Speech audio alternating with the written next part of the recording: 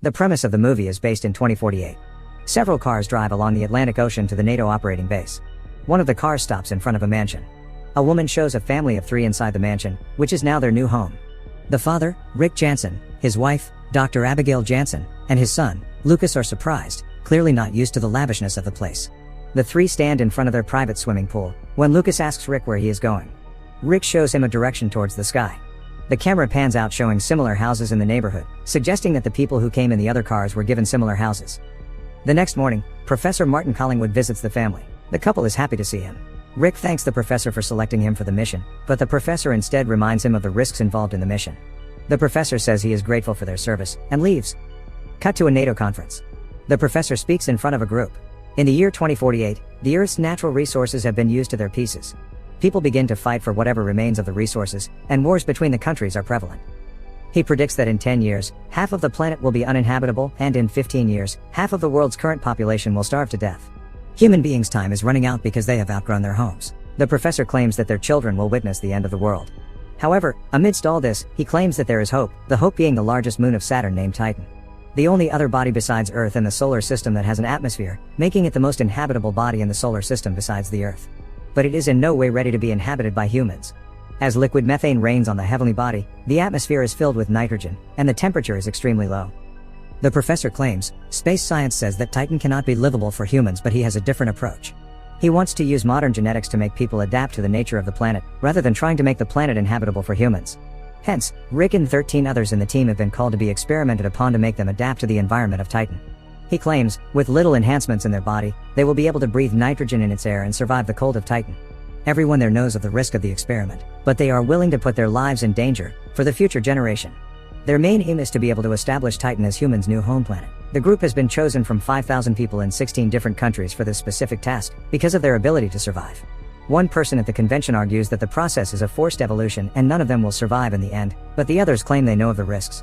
After the convention, the group is given their respective key cards and taken to a lab. The experiment's helper, Dr. Freya Upton, gives Rick a shot and informs him that he will be getting over 300 shots in the next week. The shots are to train them to burn nitrogen instead of oxygen for energy, because the level of oxygen in Titan is only 5%, which is less than Earth's 20%.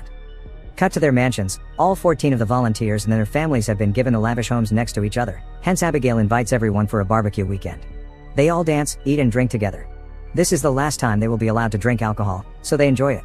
Abigail is drunk after the party, so Rick helps her get to their room, but before they can, he begins to cough aggressively. Abigail helps him and sees he is burning with fever. She gives him some medicine and puts him to bed. In the next experiment, the volunteers are made to sit underwater for as long as they can. The last ones inside are Rick and a girl named Tally. The two have been underwater for 31 minutes. Everyone outside is happy and surprised that the experiments have worked. Tally starts suffocating and goes to the surface in 39 minutes, but Rick still stays inside. His vitals seem to be dropping, so everyone gets worried. However, Rick starts swimming across the pool at great speed, showing his progress. Everyone cheers and claps for him. He has been underwater for 42 minutes. At night, Rick tells his son Lucas about Titan's conditions as a bedtime story. The kid is thrilled to know that his father will be able to live on another planet soon. Rick then joins his wife in the swimming pool, where she notices the nerves on his back being prominent. She labels it as a side effect of the shots he has been given, but is worried for him. As time goes by, Abigail and Ryan, the wife of another volunteer, become friends. Ryan tells her that she didn't want her husband to come here, but he doesn't listen to anything she says. Rick goes through surgery that day. Abigail, being a doctor, reads the book they were given, that has all the procedures Rick has to go through. She sees that all of them are safe, so she is relieved. At night, she wakes up, and notices that Rick is missing from their bed. She goes to the kitchen, and sees him applying ice on his body. He says he was burning in their bed. Abigail brings out a bucket of ice and Rick puts his hands in there. He asks his wife to do the same, but she brings her hands out, not bearing the cold. Rick then claims that he cannot feel any cold. He has adapted to live in Titan's cold temperature.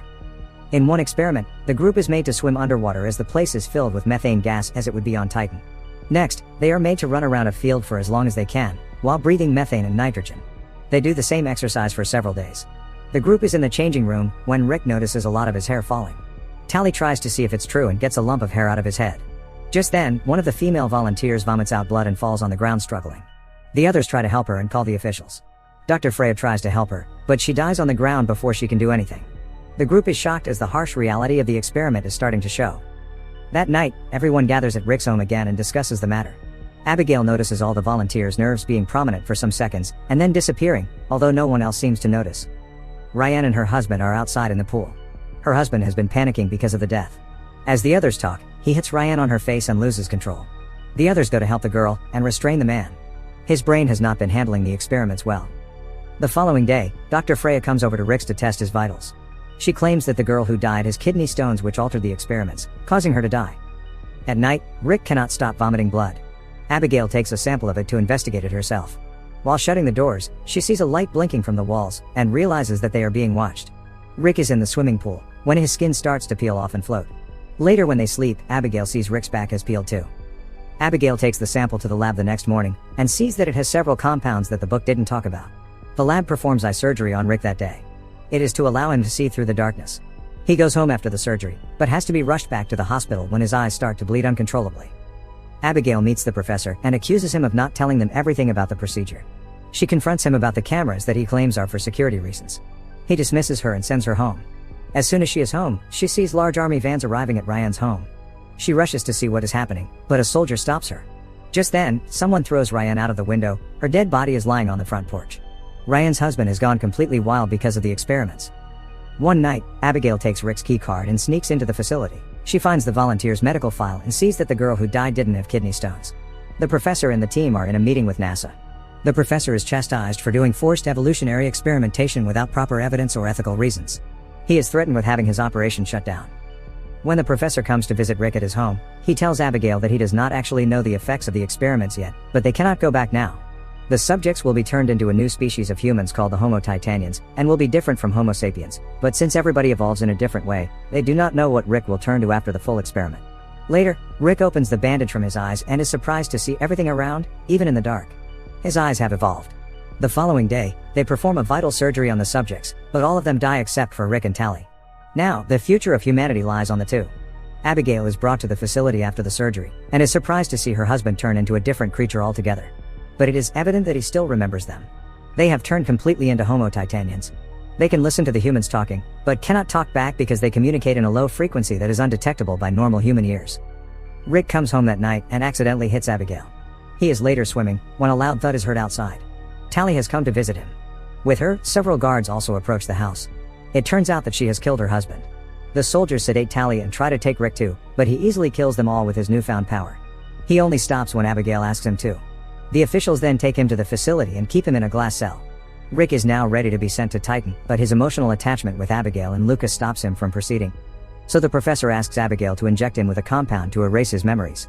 Abigail obliges and gives him the shot. Rick shakes his head, suggesting that he doesn't want to forget her. Abigail comes out of the cell, takes Lucas and Dr. Freya, and runs away, as it turns out she gave him a different compound to help him escape. Rick pretends to be unconscious and kills a soldier. The others are alerted, but his evolved abilities help him escape easily. Rick meets his wife and son in one of the labs, but is quickly surrounded by soldiers. The professor explains to Abigail that Rick's evolution is irreversible, and he cannot go back to being human now. His only way to survive is to go to Titan. Seeing that she has completely lost her old husband, Abigail finally agrees to let him go away, for the sake of humanity and its survival. In the next scene, we see them in an airplane. Rick lies in a body bag and is being taken to be sent to Titan. Cut to a few months later, the professor has been arrested for using unethical methods.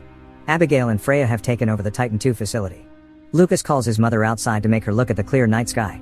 Somewhere far away in the galaxy, we see Rick standing on the mountains of Titan. He has fully adapted to its environment.